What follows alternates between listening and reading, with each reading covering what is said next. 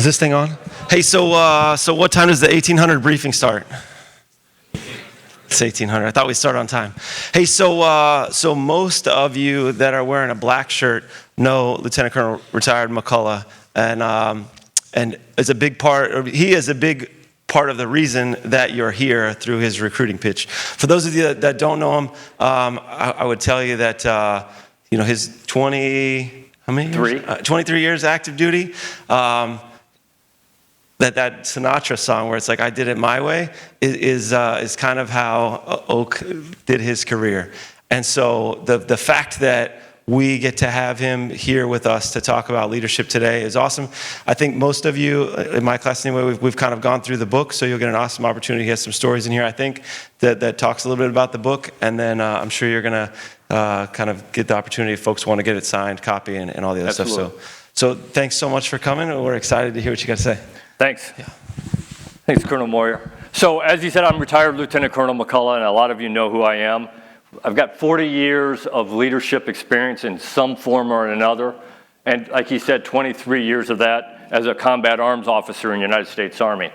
Loved every minute of my time in the Army, got to do amazing things, got to go to some amazing places. Would never have gotten to do that. I was just a dumb farm boy. I would never have gotten to do any of that stuff if I hadn't come into the Army. But we're not here to talk about the Army or even the military here tonight. We're here to talk about leadership. And the reason I talk about leadership is because it's so important. I don't care what profession you're in. I don't care what level we talk about. Leadership is so important to the success of any organization. I always tell people, if you show me an organization that has great leadership, I will show you a very successful organization. You show me one that has poor leadership, and I'll show you one that has failed or is failing, because it is so important. That's why we're here tonight, is to talk about leadership.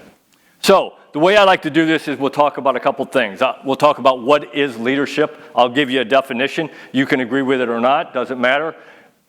We'll talk through that piece of it. Then we'll talk about some things that good leaders do.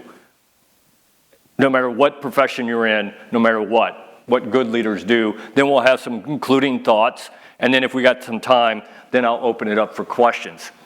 So, again, there's no theory involved here tonight. This is all about everyday things that every leader at any level, in any profession, can do to improve their leadership ability and their skills. So that's what we're going to talk about tonight. So first of all, let's talk about what is leadership. So I use the Army definition of leadership because that's what I grew up with. But I will tell you, if you look at that, if you look at any Fortune 500 company out there, I promise you, if you look at how they define leadership, it is not much different than what is up there. They may change a couple words to make it more civilian than military, but it covers those things that we talk about. And so I use the Army definition. As I give this, I give it a lot to people who aren't in the military or never have been in the military. And when I throw it up there, you kind of see that doubt in their eyes. Well, we're going to talk about the leadership that the Army defines. It's pretty much the same, I promise you. And the reason I like it, one of the reasons I like it is it's pretty simple. Again, not a real smart man. Got to keep things simple for me. And that one is very simple in that it says, leadership's the process of influencing people by providing purpose, direction, and motivation to accomplish a mission, a job, a task, whatever you want to call it, and to improve that organization. Every leader wants to leave an organization better than they got it, if you're any kind of a leader at all. So this definition talks about the what, the who, and the why. That's pretty simple to me. I can understand it pretty well. So I like to add a couple things to that. Number one, you got to lead by example. If you're going to be a leader, you must lead by example, and we'll talk more about that in a few minutes. The other thing that I like to put up there is take care of the people in your organization. Leadership is about people. If you haven't figured that out yet, you're behind the power curve, okay? It's not about flow charts. It's not about organizations. It's not about any of that stuff. Leadership is about people. And if you figure that out, your job's going to get a whole lot easier, okay? So you got to take care of people, because if you don't take care of the people in your organization, number one, they're not going to work the way they should for you. And number two, if they have a choice, they're going to leave your organization.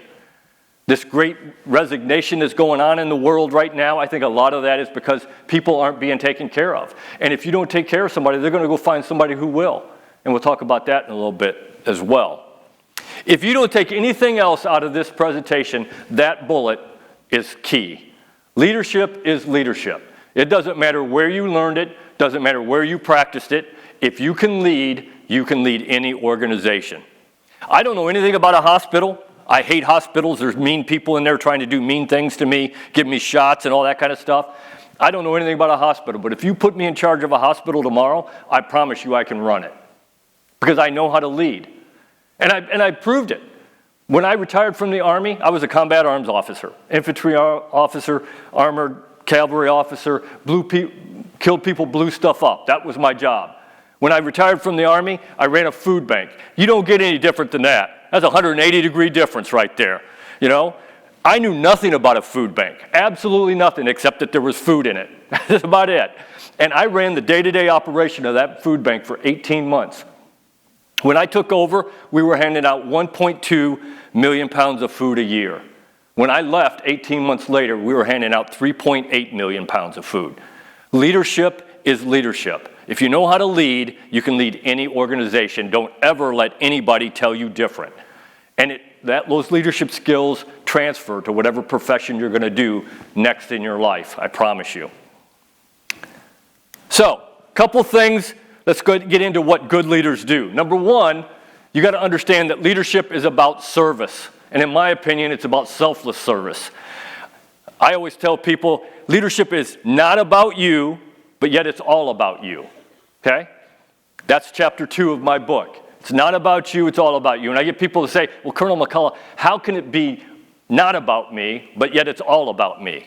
And I said, well, it's not about you in that it's not about the title that you get or the privileges that you're going to get or that you get more pay or you live in a nicer house or you get to drive a nicer car. All those things happen for leaders generally, and that's a good thing. That's okay. There's nothing wrong with that.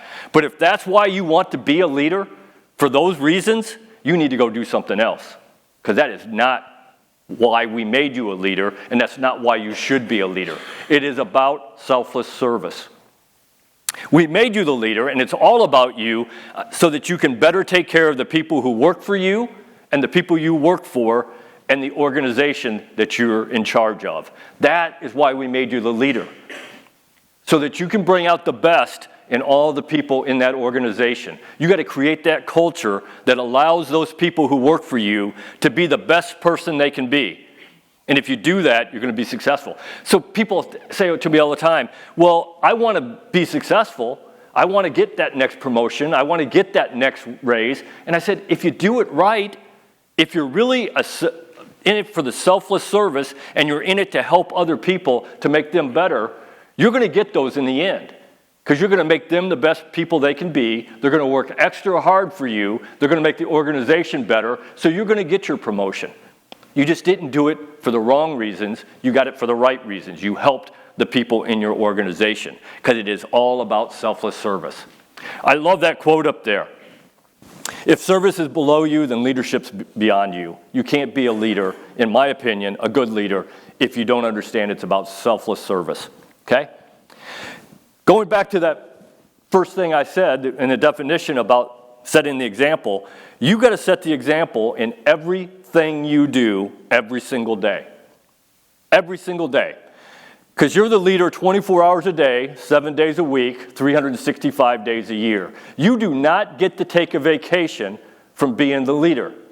Does that mean you can't take a vacation? No, obviously not. You can certainly take a vacation. But what it means is, and it's happened to me, I don't know how many times I've been on vacation with my wife and kids, and I'd get a call and they'd say, Captain McCulloch, Major McCulloch, Colonel McCulloch, I know you're on vacation with your wife and kids, but we got a problem and we need your input. Now, there are some things that only the leader can do. Otherwise, why would we have a leader, right? There's some things that need your input. So when I would get that call, I'd tell my wife and kids, go do whatever it is wife and kids do on vacation, and I would do what I needed to do to solve the problem, to get the things moving to solve the problem in the organization. When I was done, I'd go back to being the father, the husband that was on vacation and having a good time. but you don't get to take a vacation from being the leader. You are the leader all the time.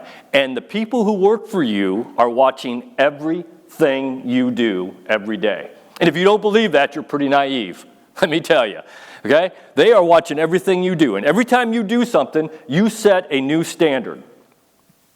If you walk by a piece of trash on the floor and you don't pick it up and put it in the garbage can, what did you just tell the people who work for you?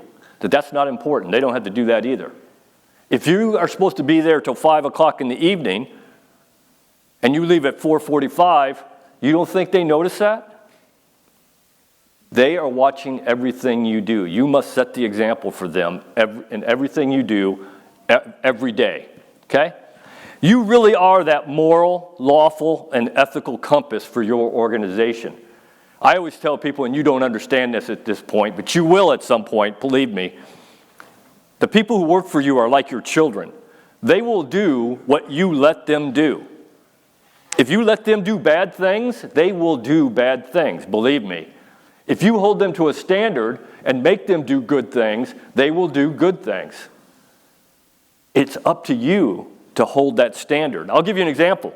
When I took over the mortar platoon, when I was a senior lieutenant, had to do an inventory of all the equipment, got assigned for all the equipment. We were missing a set of binoculars.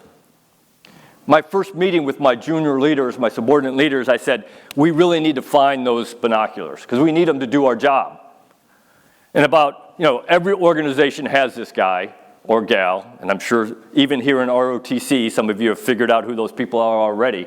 I call them a scrounger. They're that people that can find anything. In the Army, you'll have a guy, I don't care if you're missing an M1 tank. If you are missing it, they'll find one for you, okay?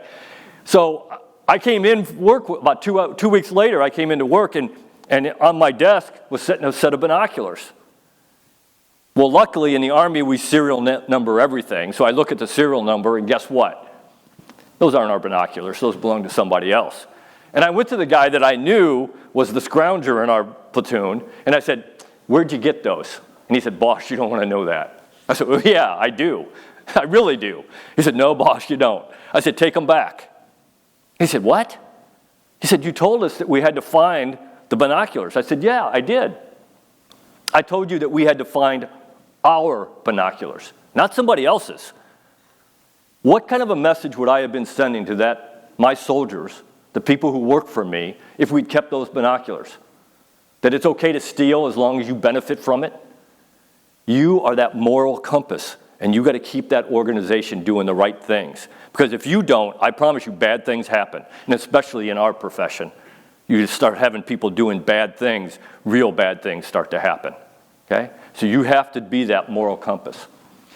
One of my favorite quotes, America is great because America is good. If America ever ceases to be good, it will cease to be great. I believe that 100%. And I believe that we in America, this is the greatest country in the world, even with all our problems. And we have plenty of problems, believe me. But it is still the greatest country in the world. I've been in 45 countries on 5 continents. I can tell you this is the greatest country. But we could be better. Because I think in the last 10, 15 years, we're starting to forget this. And we've got people at all levels, in all professions, who are making bad decisions and doing bad things. And we've got to get back to being good. Because if we don't, then we're going to cease to be as great as we can be. Okay. The second thing I always tell people is when you're in charge, you have to be in charge. That's why we made you the leader, to be in charge. So don't be afraid to be in charge. 2 things that the leader is most responsible for, in my opinion. You have to have a vision and a plan of how you're going to get there, and you have to develop the culture that allows the people who work for you to get you where you want to go for your vision. So you got to have a vision and a plan, so you got to know what you want to accomplish, but just as important as what you want to accomplish, the how and the why. When we were young men and young ladies, somebody told us to do something, I never asked the question why. Did you ever ask the question why, sir? You people ask why. Nothing wrong with that. Just took a few years for this old man to figure out that there's nothing wrong with that. But you guys asked the question why, and that's okay. The people who work for you are going to ask that question too. Here's the secret. If you can tell them why, now they buy into it. Now they understand. And I always take it back to this. I hated math. Math and I, M-A-F-F, math. Math and I did not get along, okay? But I loved physics. Why? Because I knew why I wanted to learn that equation. There was a reason I needed to learn that equation, to build a better bridge, to build a better whatever. Math was just a bunch of equations. I had no idea why I had to learn one. So tell people why, and now they buy into it. They understand what you're trying to accomplish and why you're trying to accomplish it. So that's what you have to come up with, and then you've got to communicate it to the people who work for you. Because if you think for 1 minute that you are going to take that organization from where you are today to where you want it to be a month from now, 6 months from now, a year from now, 10 years from now, you are sadly mistaken. The people who are going to get you there from where you are today to where your vision is are the people who work for you. So they have to understand all that. I'll give you an example. When I took over my Army ROTC program at the University of South Alabama, I took over a program that had 53 cadets in it. And one of the great things about the military is when you take over a new job, they send you to a school and teach you the things you need to know to be successful there. As long as you pay attention, you ought to be okay, right? So I took over as a professor of military science. Me and about 30 other lieutenant colonels were sitting in a classroom, learning a bunch of things. It was about a 2 or 3 week course, I don't remember. And I don't remember very much of what went on in that course, but I remember this. The 2-star general, Major General Winfield, the commander of Cadet Command, came and talked to us one day. And he said, if you are taking over an organization that is not successful, not meeting its mission, then you ought to lay awake at night thinking about how you're going to fix that organization. And I was. I was taking over an organization that had not made its mission in 7 years. So I went back to my room that night, and I took out a 3x5 card, which I still have sitting on my desk, took out a 3x5 card, and I wrote down my vision, my goal. I said, when I hand over this ROTC program 3 years from now, we're going to have 150 cadets in the program. I only had 53 at that moment. So I was going to triple the program in 3 years. That was my vision. Then I came up with how I was going to do that. The number one bullet I put under that was take care of the cadets in the program. Because if you don't take care of them, they're going to go do something else. So that was my number one bullet. I knew I had to change the culture of the program that I was taking over. Luckily, I'd had about a month to sit in with the program before I took it over, so I knew I had to change the culture so that it was a service-oriented culture. The second thing I put on there, the second bullet was, every day, make every cadet want to be like me. Set the example for them. Show them how an officer walks, talks, interacts with people, acts. All those things that they're trying to be, set the example for them so that they understand what it looks like, what right looks like. And I held the people who work for me to that standard. I went back, when I got back to the campus, I held my first meeting and I told them what I wanted to do. I wanted to triple the program in 3 years, and they all kind of chuckled and laughed. And I said, this is how we're going to do it. We're going to take care of the cadets. That's the only reason you are here, to take care of the cadets in this program. And we are all going to set the example, me first, and then you people as well. Everybody who works here, we're going to set the example for these cadets so they know what right looks like. 3 years later, when I handed that program off to the next lieutenant colonel, we had 179 cadets in the program. Come up with your vision, come up with your plan, the what, how, and why, communicate it to the people who are working for you, and hold them to the standard, and you can accomplish some amazing things. It works, I promise, okay? The next thing a leader has to do is you got to be decisive. Has anybody in here ever been in an organization where you had a leader who could not make a decision? That makes you feel really good, doesn't it? About that leader and about that organization? No, you lose all the confidence in the world in both the leader and the organization. As a leader, you have to be decisive. You have to make decisions. When I go around to organizations, because sometimes I'll get friends or colleagues who'll say, Oak, we're having some issues. Can you come spend a couple days with my organization and tell me what you think? And I always do. I'm happy to do that. And one of the things that I always find out is there's somebody in that organization generally who is not very decisive. And when I ask the question why that person isn't, I ask them, so why didn't you make this decision? What's the answer I usually get? I didn't have all the information. Well, let me explain something to you. That situation where you got all the information that you want and that you need, that's called fantasy land. That place doesn't exist. 99.9% of the time, you are never, ever going to have all the information that you want to make a decision. You still have to make a decision. Okay? You got to take the information that you know, and then the information you don't know, you got to make an educated guess. And then start down that road. You can always change, you can detour, you can make changes as you get more information. You can always adapt.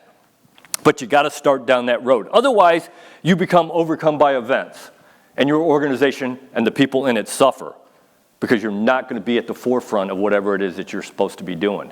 You have to be decisive if you want to be a leader. That's why we made you the leader, is to make decisions. Don't be afraid to make changes. In fact, we may have put you in charge of an organization to make changes. Maybe that organization's failing, like the ROTC program that I took over. Or maybe they're doing unlawful or unsafe things. And we need somebody to go in there and clean it up. So don't be afraid to make changes. I always tell people, if you're trying to manage change, you're already behind the power curve. You ought to be, as a leader, figuring out what changes need to be made, and you're doing it. You're figuring that out. You're dictating the change that is happening instead of having it dictated to you.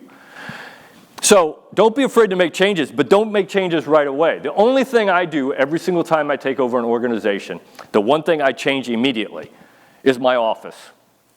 The night before I'm going to take over an organization, I go into that office, my wife and I do, and we change it. She helps me put all my love me stuff up on the walls. And if the desk is facing this way today, it's going to face another way tomorrow. I want people, when they walk into that building tomorrow, to know that there's somebody new in charge. That's the one thing I change right away. I don't change everything else unless something is illegal or unsafe or immoral that's being done. Then I have to change those right away. But generally, what I like to do is I like to walk around for about a month. Start asking questions. Start seeing how things are done. Walk up to somebody and say, why are we doing it that way? Is there a better way we can do it? Can you give me some ideas of how you would do it? Just start figuring out where you are in that organization. And then, after you've been there for that month, now you come up with your vision of, where you are, and you come up with the vision of where you want to be, and now you know what you got to do to get there. So, don't make changes right away, but you can't be afraid to make changes. That's part of being a job, part of being a leader. Do not ever, ever, ever accept that answer. When you ask somebody, why are we doing that? And they tell you it's the way we've always done it, it just drives me nuts. That is a lazy person's answer. Now, if you told me that's the way we've always done it and it works and this is why, now I got it. I may not believe you, but at least I got it. That's why we're doing it. That's why you think we're doing it. But don't ever accept that answer of that's the way we've always done it. I had a boss who retired, a 3-star general. He said, Oak, if you do things the same way every time, you're going to get the same results. And I may have put you in charge to change things. If you're not changing things, you got to change something to get change. Otherwise, you're going to get the same result. So don't be afraid to change things. That's part of why we made you the leader. One of the most important jobs of a leader is to communicate. If you cannot communicate, you cannot be a leader, period.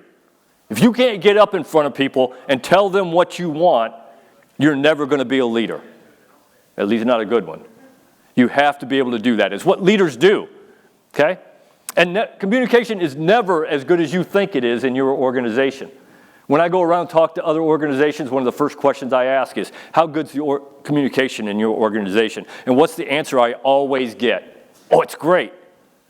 And I always say, well, I doubt that, or I probably wouldn't be here. Because that is one of the things that organizations. No organization does very well, doesn't do as well as it could. Some do better than others. Here's how you fix that problem. You have to train yourself and everybody in your organization to ask that question every single time some information is figured out. Every time you get a new piece of information, you have to ask yourself that question. Who else needs to know? You got to train the people who work for you every time they get a piece of information to ask that question, who else needs to know? Here's why that's important. And it happens all the time. I may assign you a task. I give you the resources, I tell you what I want, give you a time frame, and I get out of your way. About every week I'm going to come up and say, where are you on that task? And you're going to tell me, here I've done these things and here's where I am, but I'm still missing this piece of information. And that goes on 2, 3, 4 weeks. Guess what? She had that piece of information all along. She just didn't know you needed it. If she had asked that question, you could have finished the task I gave you 3 weeks ago. That happens all the time. All the time. You'd be shocked how often that happens. So we have to ask that question if you want to have better communication in your organization. And if you don't have good organization, that's one of the things that kills an organization, is not having good communication. Communication has to be a two-way street. If you think as a leader, communication is you dictating things to people that work for you and that's it, at best, you are a boss, not a leader, and at worst, you're a dictator. Okay? It is not a one-way conversation, or it should not be. You have to have that two-way conversation. Because I will tell you, when you're trying to make decisions, you want other people's input. If you don't get other people's input, then you're making decisions based on your knowledge and your experience.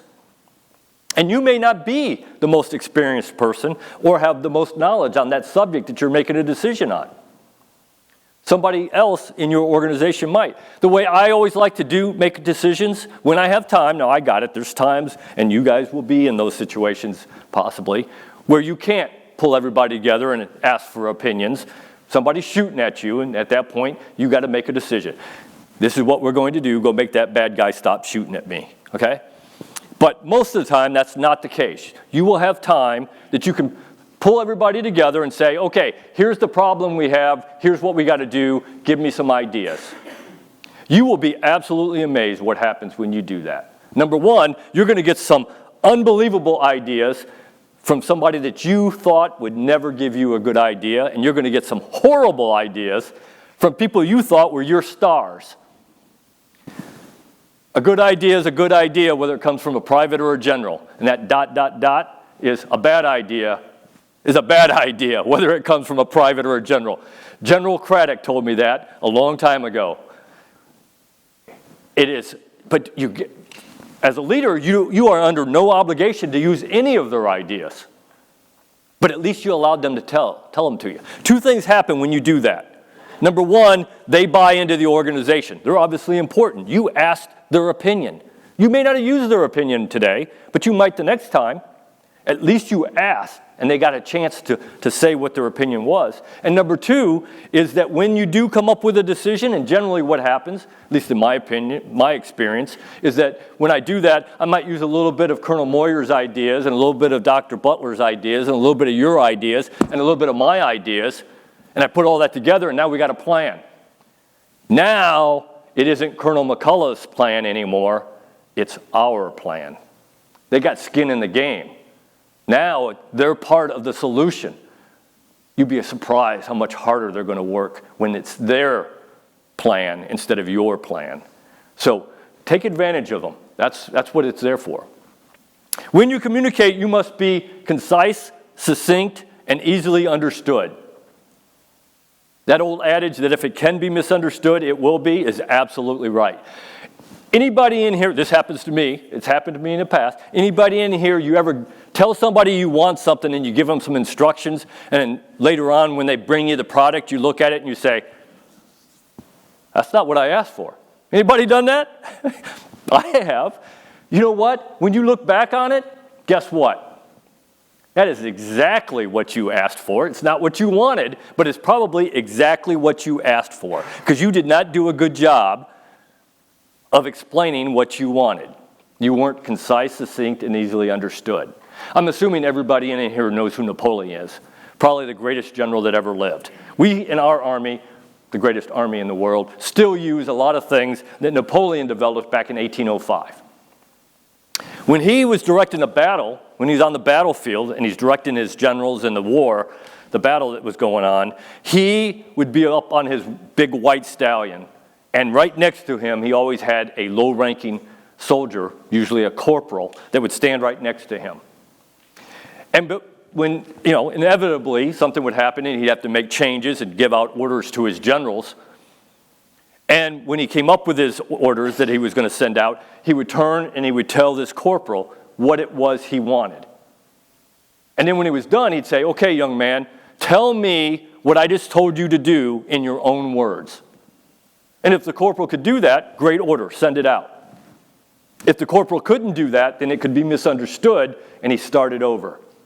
We all need a Napoleon's corporal in your life if you're in charge. I've been lucky in my, and it can't be somebody who is a yes man, who's going to tell you what you need to hear. It needs to be somebody who's not afraid to hurt your feelings. Okay? I've always been lucky in my life. My Napoleon's corporal has always been my wife. And believe me, she has no problems hurting my feelings. Okay? In fact, I think she likes to. So that's not a problem in my case. And I don't know how many times I've gone home and told my wife, "Hon, you know what I'm going to do tomorrow?" And I'd tell her, and she'd look at me and she'd say, "Are you stupid? You can't do that." And I'd think, well, I didn't think I was stupid, but when I thought about it, guess what? I was going to do something pretty stupid. If you don't have that person to bounce things off of, you are going to do some dumb things, I promise you. You have to have that person, whoever that is for you. It could be a friend, it could be a relative, it could be your husband, your wife, whoever, but you got to have somebody that you can bounce ideas off of, or you're going to do some pretty dumb things in your life. The last piece about communication is meetings. Anybody in here ever been in a boring, worthless meeting? All of us, including me. Any of you run a boring, worthless meeting? All of us, including me, probably. It doesn't have to be that way. You're the leader, you're in charge, you can run the meeting however you want. I'm going to tell you how to run a productive meeting. 3 things. It really is this simple. It is absolutely this simple. Number 1, you must have an agenda. And that agenda goes out not when they walk in the door. That's worthless. You send it out as early as you can, 2, 3, 4 days ahead of the meeting. That way, they have an opportunity to do some research to figure out what you want to talk about. And they might actually come to the meeting ready to talk about the things that you want to talk about. Number 2, you must have a time limit. I'm here to tell you right now, if I'm in your meeting and you go past an hour, you have lost me. I'm still there, but I'm not thinking about what you're talking about. I'm thinking about fishing. I'm thinking about ball game next week. I'm thinking about drinking a beer, something, but it ain't what you're talking about, I can promise you. Okay? The last thing is you have to stick to the agenda. I don't know how many times I've run a meeting and one of my best employees would come up with a great thing that they started talking about, and I'd say, stop. I said, that's a great idea. We can talk about that after the meeting in my office. We can talk about that next meeting, but right now we're talking about what's on the agenda, period. If you do those 3 things, you will have meetings that people want to come to because they're productive, they're efficient, they're effective. If you don't do those 3 things, here's my advice to you. When you hold a meeting, put a box outside the door so that everybody who's coming to your meeting can put all their sharp objects in there so they don't poke your eyes out during your boring meeting. Okay? It really is that simple. You got to build a team. That's part of being a leader, is build your team. Now, in the military, we don't necessarily always get to build our own team, right? People are going to be assigned to you. That's okay. You can still build that team by making sure they're trained, that they know how to do the things that they're supposed to do. That's your job. If you don't get to pick the people, then the people you get selected for you, you've got to take the time to make sure that they are trained. The evil of micromanaging. Anybody here ever worked for a micromanager? That's a lot of fun, isn't it? Somebody who assigns you a task and then stands over your shoulder and said, well, I wouldn't do it that way, I'd do it this way. And I wouldn't do that, I'd do this. I just want to turn around and say, then do it yourself. You gave me the task. Leave me alone. You obviously had faith that I could do it or you wouldn't give it to me. So the evil of micromanaging is this. When you micromanage somebody, you are not only affecting that person out of an experience, you're cheating that person out of that experience, but you are affecting everybody who works for that person for the rest of the time that they're in your organization and beyond. Because they don't have the experience to pass on that experience to those other people. That's the evil of micromanaging. You're affecting that organization for the next 15, 20, 30 years. You are doing nobody any favors when you micromanage somebody. You're not doing that person any favors. You're not doing yourself any favors. You're not doing the organization any favors. And I know it's hard. I do it too. I mean, it's hard not to walk up. You give somebody a task and they're really struggling. And you know you could do that task in about 15 minutes. It's hard not to walk up and say, get out of my way. I'll do that. You're not helping anybody if you do that. You got to let them learn. Will they do it the way you did it? Probably not. But that's okay. Who cares? As long as they give you what you asked for, who cares? Okay? So when I was a lieutenant, I was told by my battalion commander I was going to get to be the scout platoon leader. Every infantry and armor guy wants to be the scout platoon leader. There's only one in each battalion. That's kind of like the gem. Everybody's trying to get that job. And I don't know why he offered it to me, but he did. So I was happy. And about 3 weeks before I was going to take over the scout platoon, the mortar platoon was out on a range in a live fire, and they had an accident, and it killed the platoon leader and 3 soldiers. Horrible accident. And my wife, who was an Army nurse, was in the emergency room that night where they brought what was left of those 4 bodies in there. So the next morning, we're all in mourning. Next morning, my battalion commander calls me and says, Oak, I know I promised you the scout platoon, but I got a problem. We need to fix the mortar platoon and tag you're it. Thanks, boss. Now I get to go home and tell my wife that as well. Yeah, that's great. So I said, okay, I'm a soldier. I do what I'm told. I was disappointed, but hey. So I went home that night, and I started laying out how I was going to fix that mortar platoon. And he said, oh, and by the way, Oak, 3 months from now, I'm getting a division inspection, and I expect you to pass. Okay, good. So I went home, and I figured out a plan how I was going to fix that mortar platoon. Next day, I walk in, I said, hey, boss, here's what I'm going to do. And I started laying it out, and he's shaking his head. Yep, I agree with that, I agree with that. I said, and next Friday, we're going to the range. We're going to shoot live ammunition. He said, whoa, no, you can't do that. I said, boss, you pay that platoon to fire live ammunition downrange. If they don't do that, then why do we even have them? Let's do away with them. I said, we'll do it, and I'm going to get them to do it safely, because that's what we pay them to do. And he said, okay, reluctantly, he let me do it. So the first day I'm out there, nobody's firing any live rounds the first day. I want to make sure they're doing it right. I don't want to end up like the last platoon leader, okay? So we're doing dry fire exercises. No live ammunition, they're just going through the motion, so I make sure they know what they're doing. And about halfway through that first morning, they all stop. And they're looking past me. They're not looking at me, they're looking past me. And I'm thinking, I turn around and guess who's there? The battalion commander, Lieutenant Colonel. I said, okay. Just checking up on the new lieutenant. Just had an accident, killed some people. I got it. Next day, we're going through some dry fire exercises. Same thing happens. They stop. They look past me. I look back there. There's the colonel. I said, okay, guys, go do whatever it is you need to do. Take a knee, have an MRE, drink some water, whatever. I said, boss, let's go for a walk. And we walked back into the woods a good distance. And I told him, I said, listen to me. I said, this is really simple, boss. Either you are going to fix this mortar platoon or I'm going to fix it. We both cannot fix it. So you can fire me, you can kick me out of the Army, whatever you want to do, but one of us has to leave the other one alone. And after a whole lot of yelling, none of which was by me, by the way, he finally said, you know what, you're right. And he left me alone, and 3 months later, when we had the inspection, we got a perfect score on the inspection. And 3 months after that, when we went to the National Training Center, we fired more mortar rounds than any mortar platoon had ever fired during the live fire session. You got to trust people. Train them and then trust them. I had a boss who said the hardest thing is to get out of their way. Don't ever tell somebody how to do something. Tell them what you want. Give them some left and right limits, some guideposts. Say, okay, you can use this much money, this many resources, these people. You got this much time. Get out of their way and let them do it. Now, that doesn't mean you don't check up on them. You do your once a week. How's things going? Do I need to give you any other resources? Do you need anything else? But leave them alone and let them do it. Don't micromanage people. You're not helping anything when you do that. Okay? Leaders are mentors. When I'm talking to leaders out there and I ask them, who are you mentoring? And they tell me, well, I'm not mentoring anybody right now. I always tell them, I doubt you're really a leader. You're a boss, because leaders produce more leaders. Now, you can't mentor everybody. You don't have time. But you got to find those people that you really want to help succeed and be the next generation of leaders.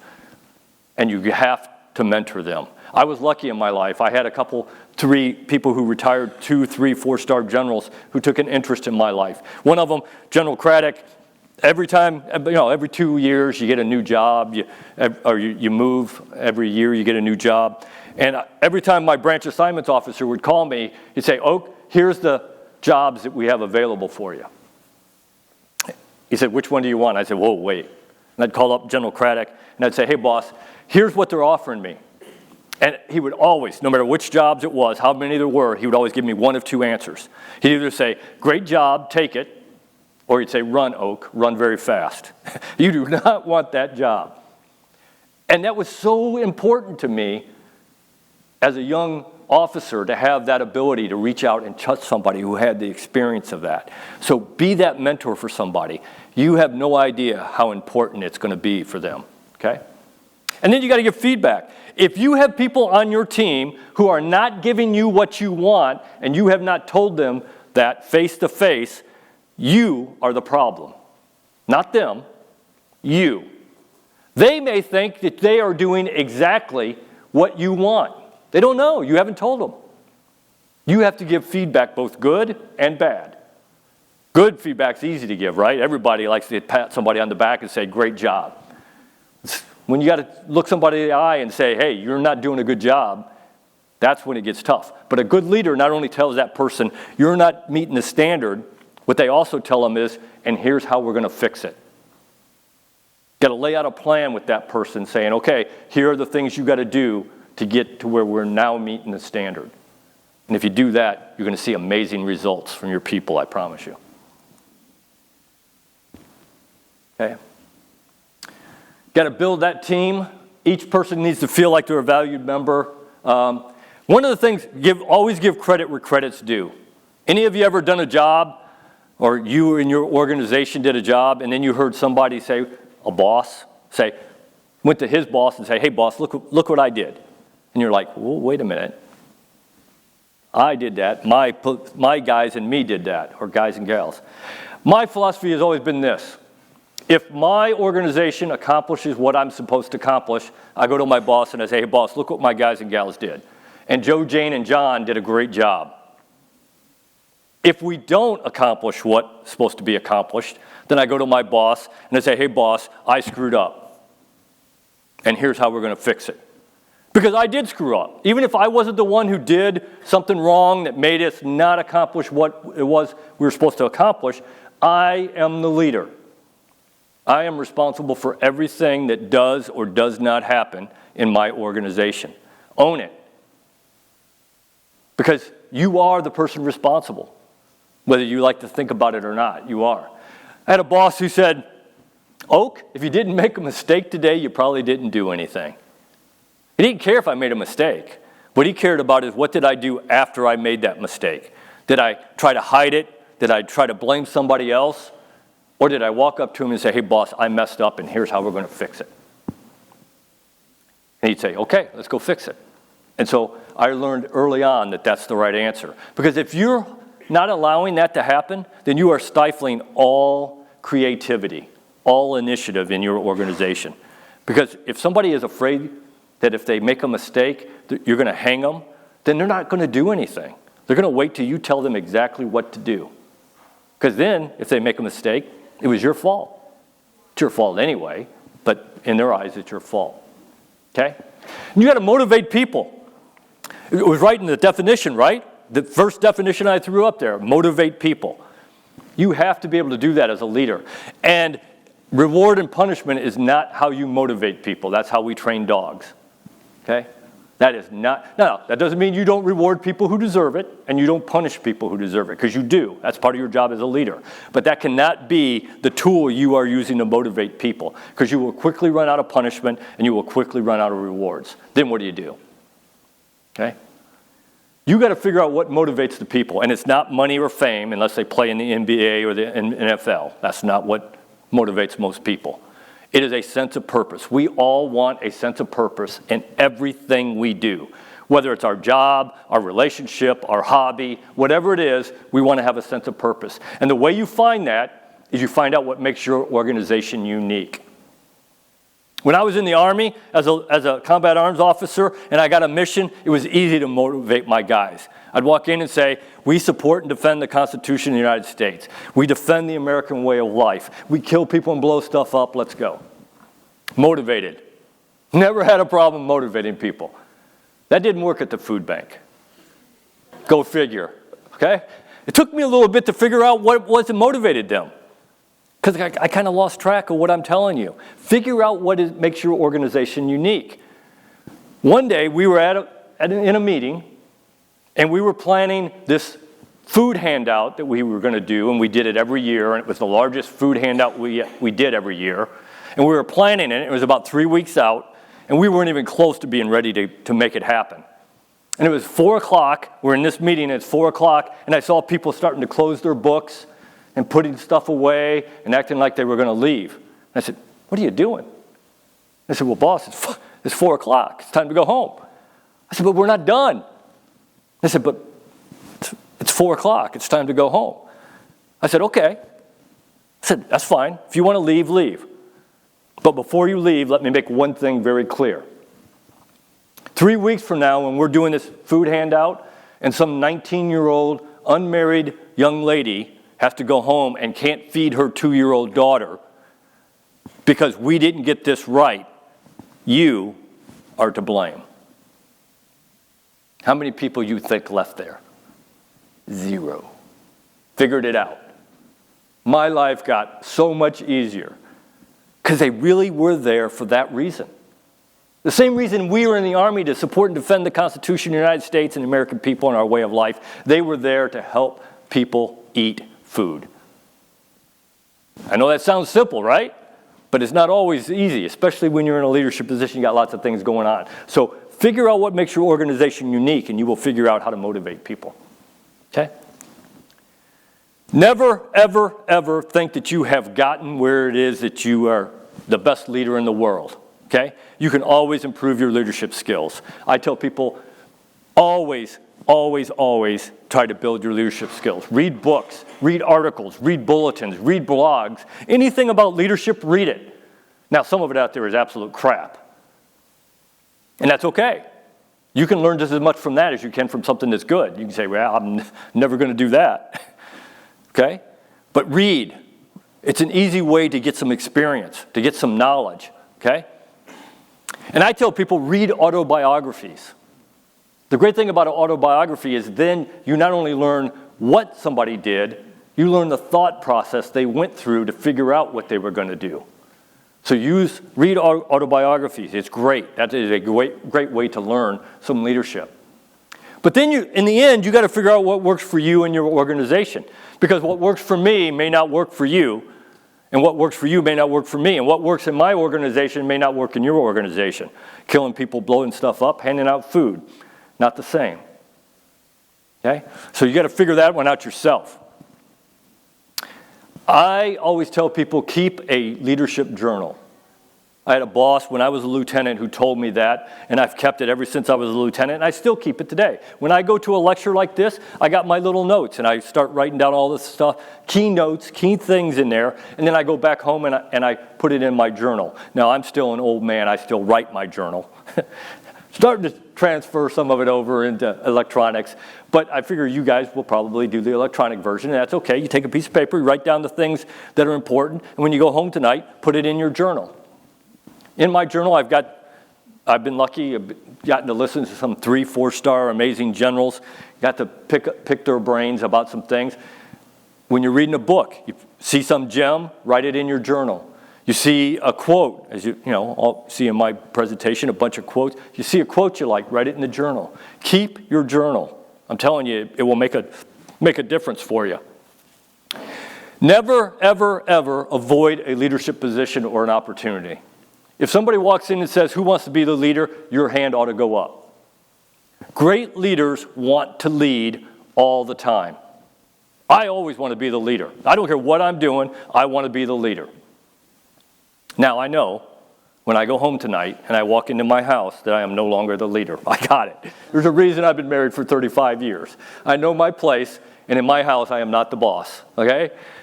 Not ashamed to say that. But when I walk out the next morning, I want to be the leader. I want to lead everything that I get a chance to lead, and you ought to too. That's the only way you're going to get good at it. We can sit here for days and days and days, for years, and talk about leadership. And every great leader can walk in here and impart all their knowledge on you. Doesn't mean anything until you go out there and actually put it to use. Get some experience being the leader. You're going to make mistakes. Again, nobody in this world is perfect. I keep trying to convince my wife that I am, but she's not buying it. Okay? Not sure why, but she's not. Nobody is perfect. You're going to make mistakes, then that's okay. Learn from them. But that's how you learn how to be a leader. Leaders get results. It absolutely drives me nuts when I read an article or a blog or something, and somebody who's supposed to be a leadership coach that's going around talking to businesses and organizations, and they talk about it doesn't matter who wins, really.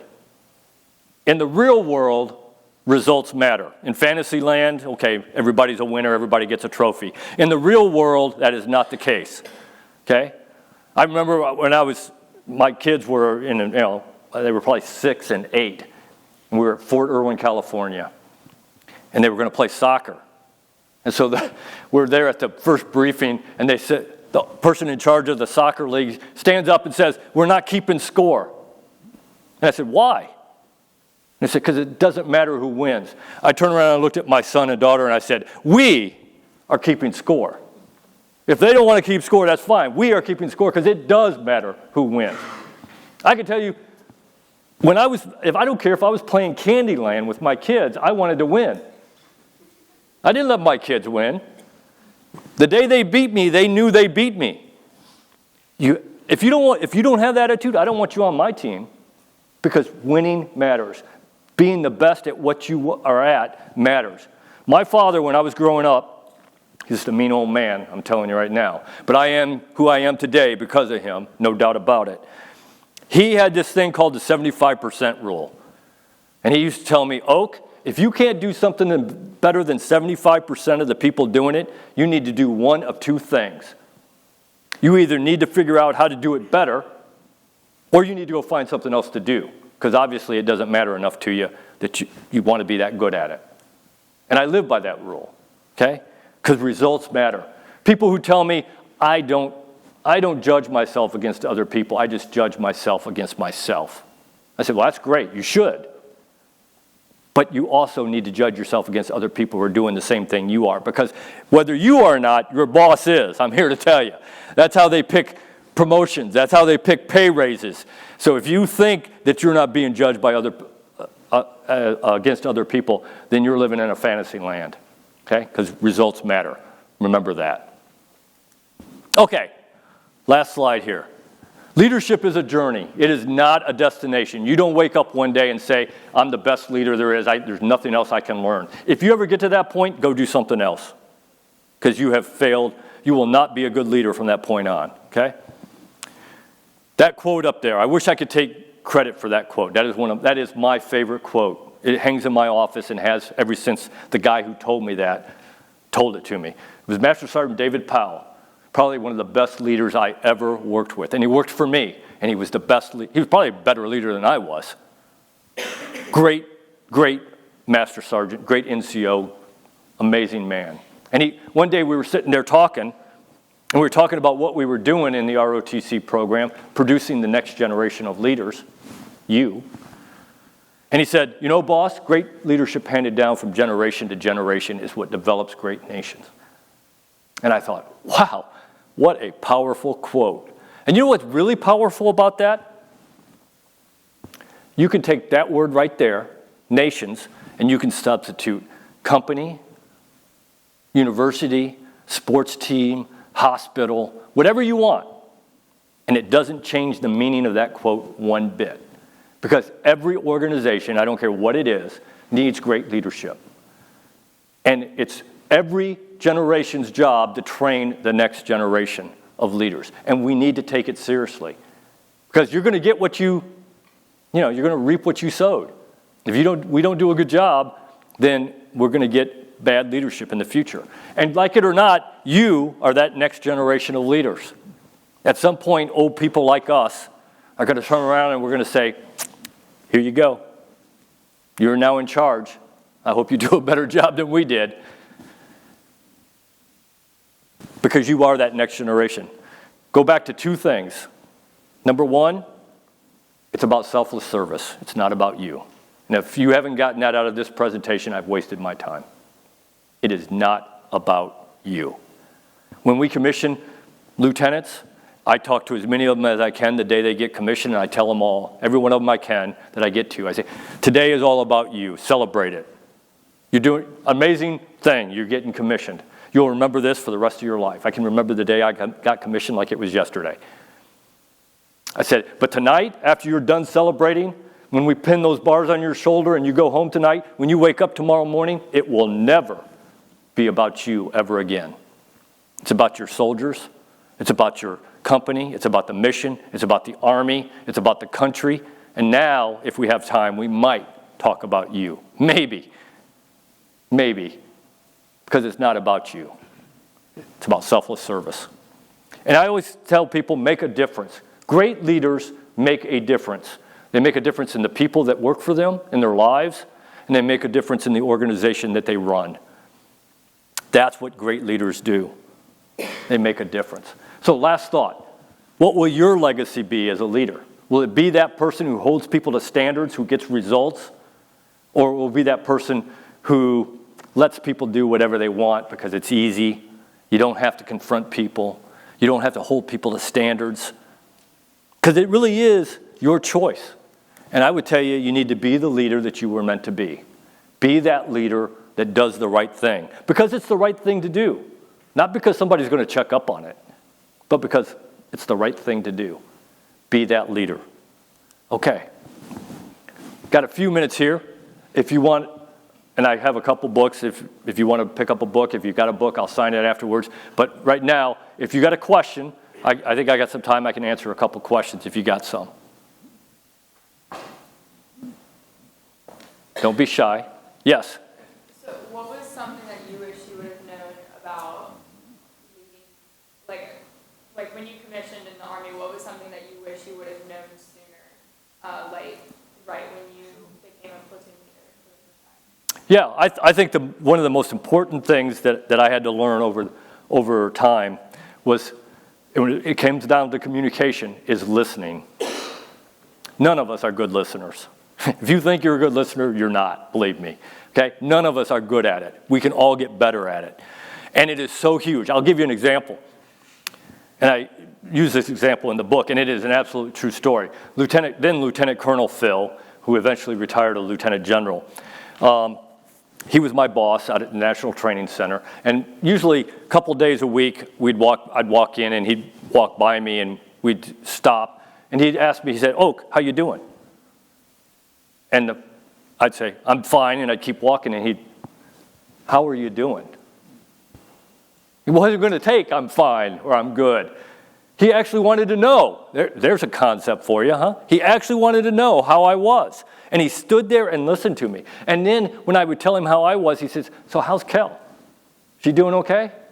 Didn't the kids have a soccer game this weekend? How'd they do?" He was a busy man. You know what? In the time that he talked to me there, and I wasn't the only one he did that to, but I can remember my time. The times that he talked to me like that, I never once saw him do this, like he had somewhere better to be. At that point, I was the most important person in his life. I learned that from him, and it made a huge difference. Learn how to listen. Don't listen so that you are now so that you're figuring out what you got to say. Listen to figure out exactly what that person's saying, and then talk to that person, not at that person. I think if you can learn that at a young age, you're way ahead of where I was. Because I was a senior captain at that point. Wish I would have known that as a lieutenant. Any other questions? Yes? As we see with the ongoing events across the world, we're looking at how our operational tempo is going to change. How did you manage throughout your career active duty to maintain that work-life balance? Yeah, not very well. And I think most people who tell you they did are lying to you for the most part. And you know, it always kills me when a 4-star general will get up on the stage and say, you have to balance your life with your work. I say, yeah, right, that's how you got the 4 stars. Come on, let's not kid ourselves. That's not true. Now, some people are better at it than others, and I'm getting better at it at this point in my life. One, because my wife demands it, and we already established that she's the boss, right? So I think I'm getting better at it at this point in my life, and also I've just realized how important it is. But I think it is important that you somewhat balance your life. Now, look, as a leader, there are things you have to do, and there are times that you cannot be where you want to be. You have to be where you're supposed to be. I didn't even see my daughter until she was 5 months old. I was in the first Gulf War when she was born. I didn't even see her. And back then, we didn't have cell phones and video chats and all that. I didn't see a picture of her. I did see a picture. My wife sent a picture. But I didn't see her in real life till she was 5 months old. Would I rather have been home? Absolutely. But leaders don't get that choice. So I think you got to make that effort to do it as well as you can do it. Any chance you get, you need to take advantage of that and do the things that balance your life. And the other piece of that is I think you have to have a hobby. And I think that the people who don't have a hobby are the ones who really, really don't do a good job at balancing their life. So have a hobby and make sure you make an effort when you can to be home and spend time with your family. I had a boss one time who said, 20 years, 30 years, whenever you leave the Army doesn't care about you. You still got a wife and kids that care. Make sure you still have those wife and kids at the end of 30 years. Okay? That's your question? Yeah. Now, any other questions? Okay. I don't want to take up, I know you're busy people and you got things to do. I want to thank you for coming. Hopefully I gave you something that if you can't use it right now while you're in college, although I think there's some things in here that you can when you pin on that bar and you become a lieutenant or an ensign, that you're out there doing great things, that I gave you something that will help you be a better leader, because that's what it's all about. Being the best leader you can be to help other people be the best people they can be. And if you do that, we got a future in this country. Okay? Thanks, guys. I appreciate it.